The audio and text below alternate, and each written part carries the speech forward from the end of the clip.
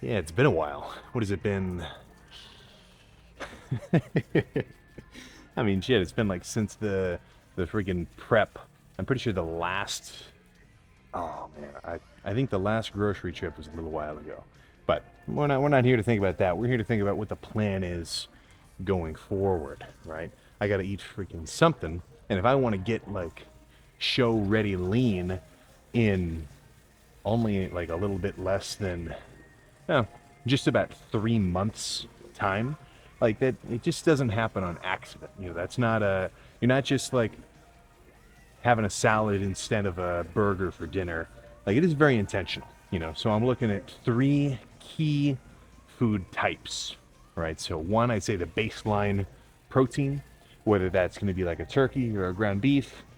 I mean, we'll see when we get over there. But that's stop number one. So we'll go see what we can get protein wise with the theme of being lean, right? I'm looking for leaner proteins. I'm not going to grab 5 ribeyes because for me to eat 50 grams of protein worth of that ribeye is also going to include probably 30 grams of fat. I'm only trying to eat 60 in a whole day. So that's not going to work either. So I'm leaning more towards either just a leaner cut of a steak or skipping the cut entirely and going straight to like a 96. I've seen it very rarely. I've seen a 98% lean ground beef, which honestly they might just be lying about to get you to buy it. But a leaner ground beef, perfect. Tilapia, actually super lean. The quality, questionable. But that's what we'll get protein wise. And then in terms of carbs, not purely because like sugar is evil, but it's gonna kind of throw you off. If I'm only eating 200 grams of carbs in a day or 250, well, I want those carbs to last. I want them to make me feel full for a while. So I'm going to be a little bit particular about my carb intake too. And when it comes to fats, I mean, there's just so many fats in freaking everything. Like a regular day of eating of just, ground beef or oatmeal or having some like extra condiments on something or whatever. Fats are just going to sneak in. Like there's freaking oh, I mean, I can't even imagine. Like, if somebody isn't counting their calories and they guessed how many grams of fats they're eating per day, easily double that amount, if I had to guess. But let's go find some freaking protein. All right. So this is classic. I feel like, I mean, I've been there. I've been there before. I remember being a bit of a youngin', having never cooked ground beef before. You think it's like a thing. It's nothing. Pan, medium heat, stir, strain, it's done, right? It really does only take 2 seconds. So let's see what we're looking at.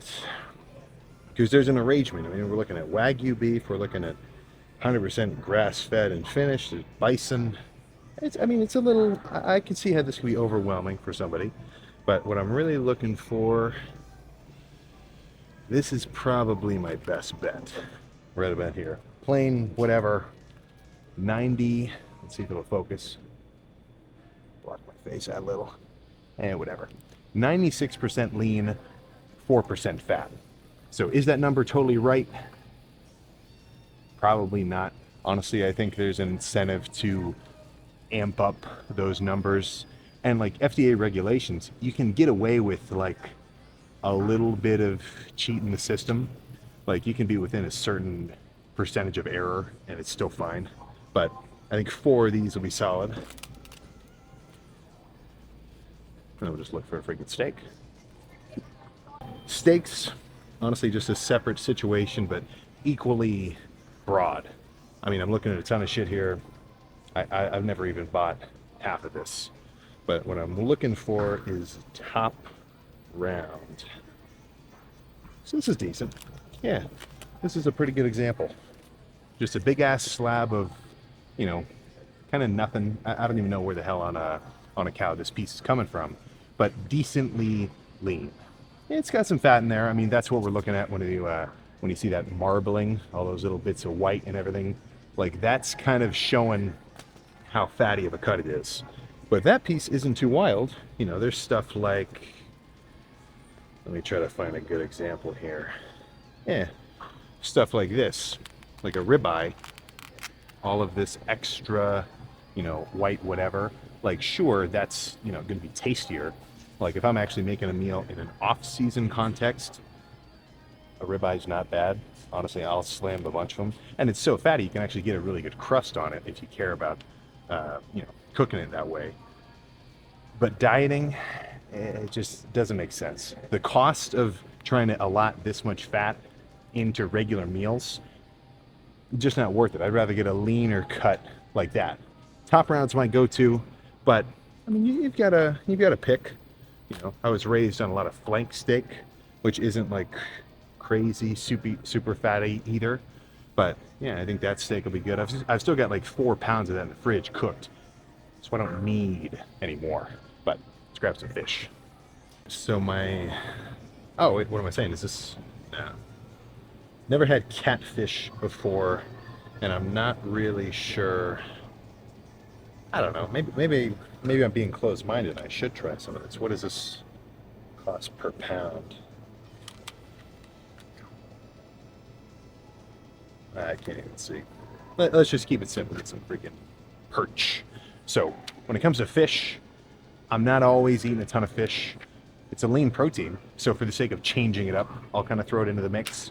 But my cooking method of choice, a little unorthodox, Ziploc bag, sous vide machine. Look up the correct cooking temperature for it.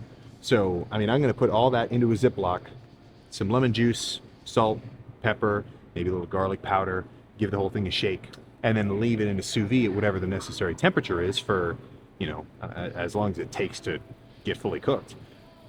And it's honestly pretty decent, So if you've got if you've got a little bit of a proclivity to avoid fish, you're fine. I don't think you're missing out just by going hardcore red meat only, turkey, chicken, and basically just beef and poultry. But if you eat basically only protein heavy meals every day because you're really trying to lock into your diet, it's going to help to change it up, So if you're only eating ground beef every meal, I can see how that could get boring. You're going to want to break off your diet, eat other stuff. So if you spice it up, it's a little easier to stay consistent. All right, here's something I wouldn't mind, but I'm not going to eat. It's a big ass box of sugar cookies. So I could probably I could eat this in one sitting. This entire thing of 10 sugar cookies, it could probably disappear in about 4 minutes. Maybe 10 if I was trying to enjoy it. And the whole thing has 250 grams of carbs, 60 grams of fats, and a total caloric value of 1,600. That's more than half of my day right there. So that's what I'm trying to avoid, is really calorie dense foods like this. Plus just treats in general. If you can tell yourself I'm getting lean, things like that are off the menu, it does kind of help, because you don't even give yourself the ability to barter in a way. If you really get into a diet, you're going to catch yourself and you're going to have this moment of, oh man, I don't know, I've been good this week. I've been good the last couple days. I've been doing my cardio. I earned it. And I think, sometimes, maybe once a month, you can kind of go crazy and grab some treats. But for the most part, it's just slowing down your fat loss progress, and it's going to make you take longer to diet. And some guys who can't really control themselves, and they do grab one of these. I'm sure there's an alternate universe where there's a version of me right now that, let's go grab some of the protein, and then he throws the cookies into the cart. That version of me would suck, So I can, what makes me cool with just leaving this is I know I'm going to eat a bunch of this in 6 months or however long once I start trying to bulk up again, So right now, off the table, and that's cool with me. So I already got all the protein. Let's get the extras. Let's get the things that are going to make this protein taste a bit better. Purely for the sake of the fact that this is something you wouldn't expect to see. This is never in the grocery cart. And for one, it's just not my kind of thing. But also in a bodybuilding context, barring whatever you may feel about whatever, drinking's really slowing you down. Legit halting your progress. I'm not usually the guy to reference studies but you're killing your rate of hypertrophy. Your recovery's going down the toilet. You know, just because you see Bert Kreischer say that his Whoop score was still 100 after he got totally blacked out in tequila, I honestly, I wouldn't listen to that. And I feel like he's probably just lying about that kind of thing because it's like a funny thing for him to say. So if you're actually legit bodybuilding, fat loss goals oriented, the cleaner your cart, the better. I think protein is accounted for. So now I'm looking for the stuff that actually is going to keep me at least semi full of carbs. Not full. Full is not the right word, but slightly kind of carved up. Because my ratio is basically like, I mean, yeah, it's almost 1-to-1 protein to carbs. You know, my carbs are going to go up and down whether I'm, trying to, well, I mean, just over time as you get leaner, you're going to have to pull back your calories. Because the smaller you get, the less energy you burn. So as a consequence, you have to eat less to keep burning energy, if you kind of feel what I'm saying, right? To take it to an extreme, 100-pound dude, like not dude, like kid, isn't going to eat as much food as me. I'm physically a larger organism. It takes more energy to keep me moving and pump my blood and breathe and do all my other bodily functions. But in terms of carbs, you know, and you may have an opinion on this, but I really do not mind the instant oats of any variety. I mean, I always get the Quaker, but just because it's probably just like a preference thing. But these are solid. So let me take a look. 2 grams of fat, 21 grams of carbs, and it says total 23 with dietary fiber at 2 grams. So for the most part, if you see dietary fiber like that, you can subtract that from the total, because dietary fiber is, you know, stuff that gets, it's essentially just super long chains of like, glycogen and carbohydrate that you don't actually break down. It's just fiber that gets passed through your whole system. So 21, not 23. But these are solid. And yeah, they do have added sugar, 9 grams, but it's not so like sugary and insulin inducing that it like throws me off my game. Am I going to be eating Quaker's Oats 2 weeks before a competition? Probably not. It's going to be more like just straight up rice cakes. But if I've got my 250, my 300 grams of carbs per day, having a good chunk come from here honestly feels pretty good to me. You know, maybe I'll go, maybe some old school guys are going to say I should just get the straight up unsweetened rolled oats and, you know, thug it out. But nah, these end up being good. So honestly, the peaches and cream I have not had before. So let's do 3 of those. And then I really wish they had blueberry as its own flavor. I think you can only get blueberry in like a variety pack, but the blueberry ones are the freaking best. So I'll get 1 variety pack just so I can get some blueberries in there.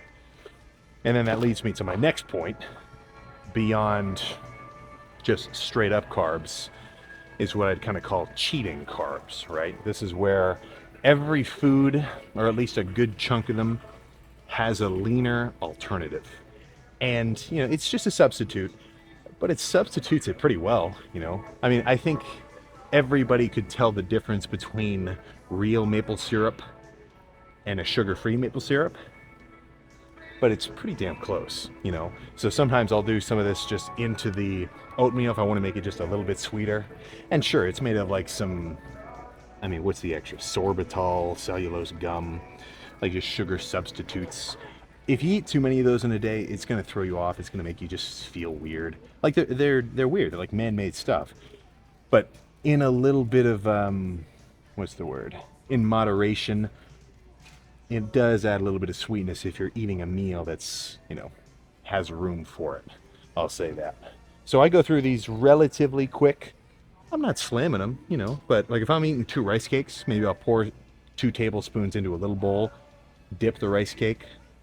It just makes it a little sweeter for me, you know. And I'm already scrapping for carbs, so a little bit of a substitute to give me that sweetness and kind of, you know, get my sweet tooth going. I like it. But yeah, honestly, that's the only direct carb that I'm really getting right now. So let's move on to what's next. Actually, shit, it's right here. One more sugar-free alternative. These jams. And it's not no calories, right? 10 calories per serving, but it's way less. I mean, one serving of this sugar-free version, 10 grams, or 10 calories. So let's see the actual, what is this, strawberry? Yeah, 10, 50. The math checks out for me, that's for sure. So we'll do 1 strawberry, 1 grape. It's perfect.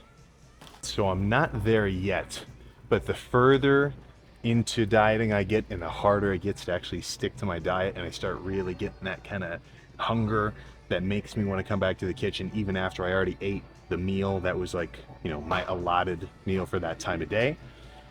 Usually they'll pick up a couple of things, of just a chicken broth or like a beef broth or whatever.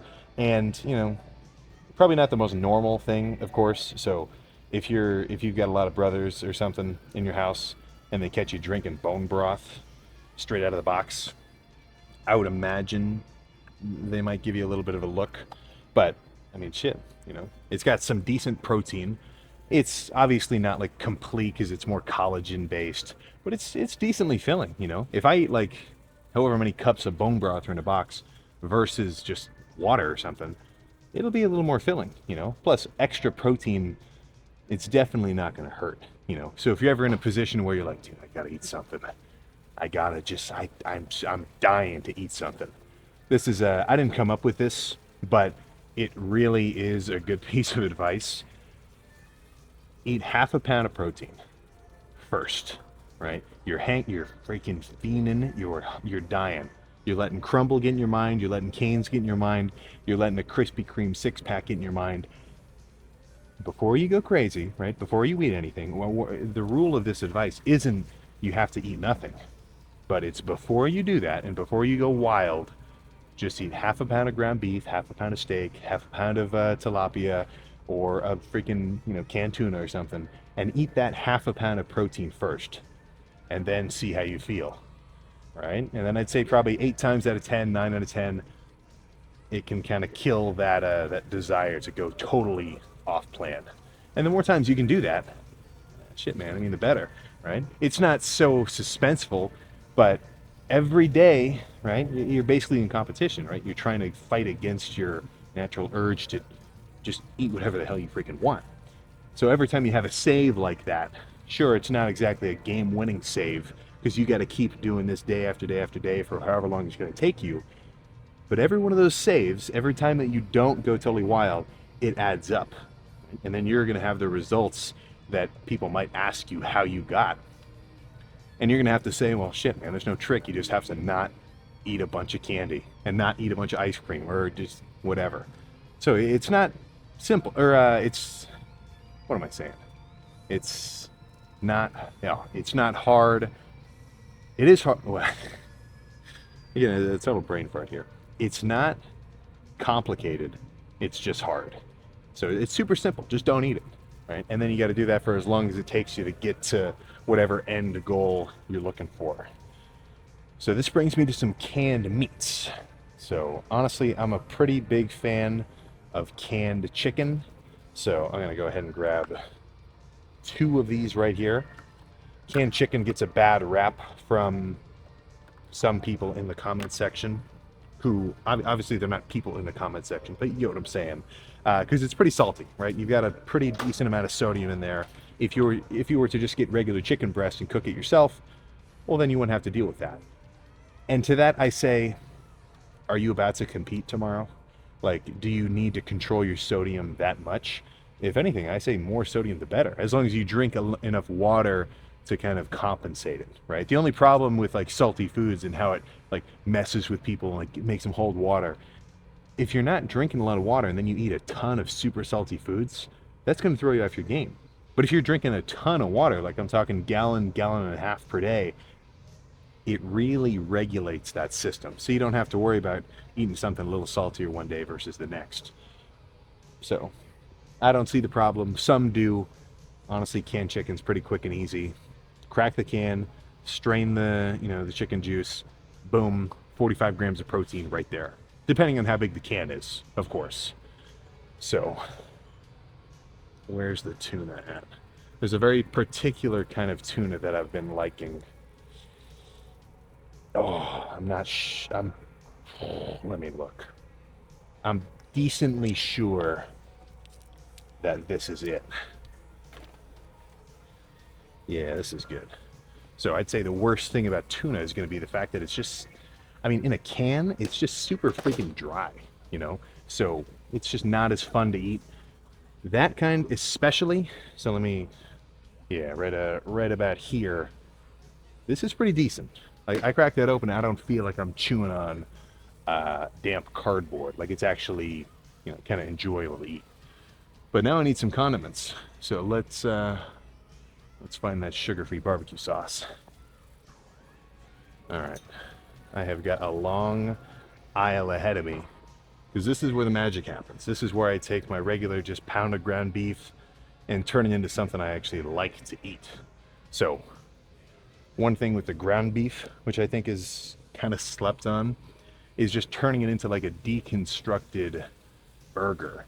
So no bun, you know, no nothing, but some dill relish, no calories. I mean, yeah, I'm sure there's some, like there's probably some carbs just from the cucumber, but I'd say essentially no calories. If you put 2 tablespoons of relish into something, I'm not going to count it personally.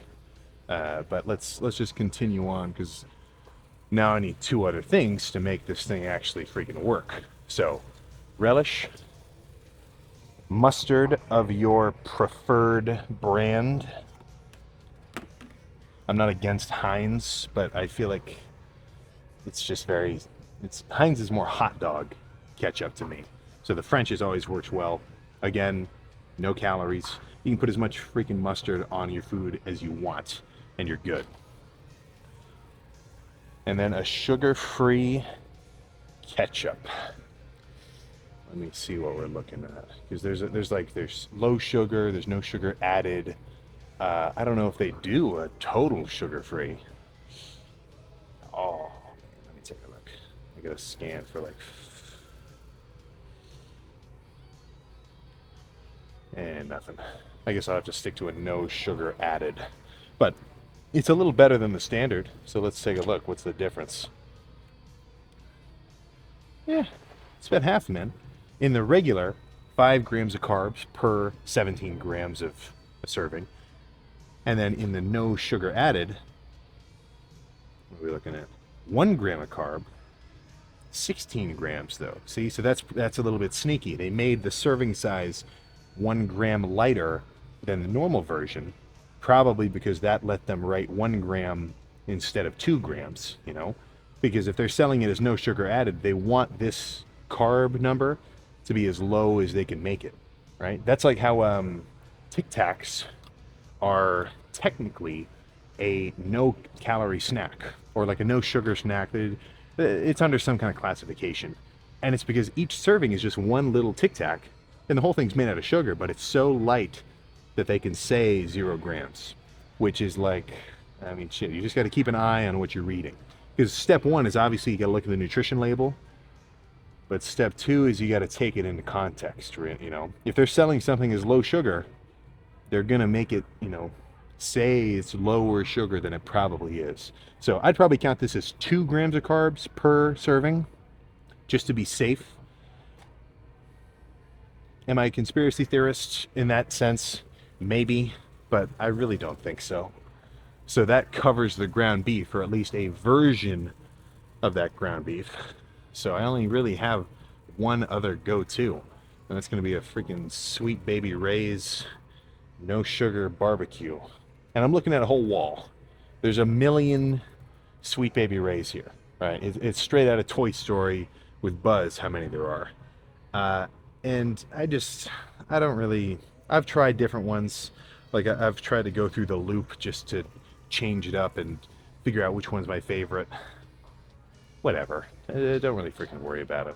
All I'm looking for is the standard. So standard. Yeah, there we go. Right here. No sugar added. 4 grams of carbs per 32 grams of sauce. That's pretty decent, you know. For 10 grams of carbs, I can make half a pound of ground beef taste a pretty good chunk better than just plain. So let me look around and see if there's anything else, because sometimes something will pop at you. And the low sugar sauces, I think, are actually the sweet spot where the effectiveness of like calorie hacking kind of ends. You know, I used to get a lot of, it would be essentially keto bread. So high fiber buns, high fiber white bread, high fiber tortillas. And like I was saying, the fiber isn't digestible, it just passes through you. But when you eat stuff like that with that much fiber making it up, you just end up feeling bloated, like it's just too much. Every so often, like now and again, not a bad move to throw in. Because if you're only going to have like one sandwich, to put it on a high fiber bun is actually pretty decent. You just saved yourself 15, probably 20 grams of carbs. And with that much fiber in one bun, like 17 grams, you're not going to, kind of throw off your stomach. But it's like if something's too good to be true, it probably is. If I eat too many of those, it just ends up making me feel gross. Like it just doesn't work. So a much more basic cart than I've eaten in the past. No treats, at least not no extra crazy treats.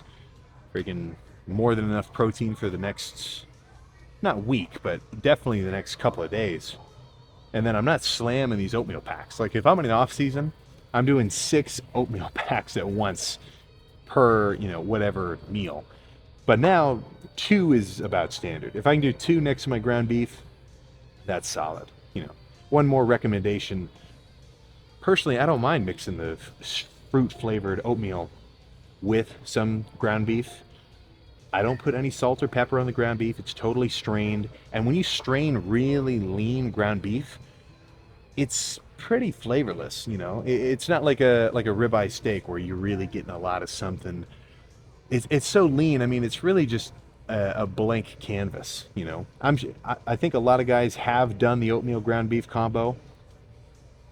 I would personally recommend it, but if you don't like it, well then don't do it. Right? That's kind of the whole point of this, is being able to orient your days. Maybe you don't like red meat. Maybe you got bit by that tick in the Midwest that makes your body I definitely don't know the name of it, but it essentially kills your ability to digest red meat. If that's you, well then shit, man, ground beef and steak is off the table. You got to lean a bit heavier into the fish, maybe lean a bit heavier into dairy, things like that. But it's never such an obstacle that you can't overcome it. I think there's a turning away. There's a given a mean face to dieting in general, and like intervening and saying you're allowed to eat these foods and not these foods, because you want to be in control. I want to eat what I want, but in the context of like actual either fat loss or gaining size and muscle, you got to eat a specific way. But that doesn't mean you have to torture yourself. If I wanted to torture myself, I'd only get a bunch of that freaking perch fillets, plain oatmeal, no flavor, no nothing, and that would be it. I guess I would get all my electrolytes and vitamins or whatever just from, like multivitamins and stuff like that. But the way I look at it is, for one, I want the results that this diet is going to give me. So I'm eating my ground beef, I'm eating my steak, I'm happy about it. I'm sticking to my 2,600-ish.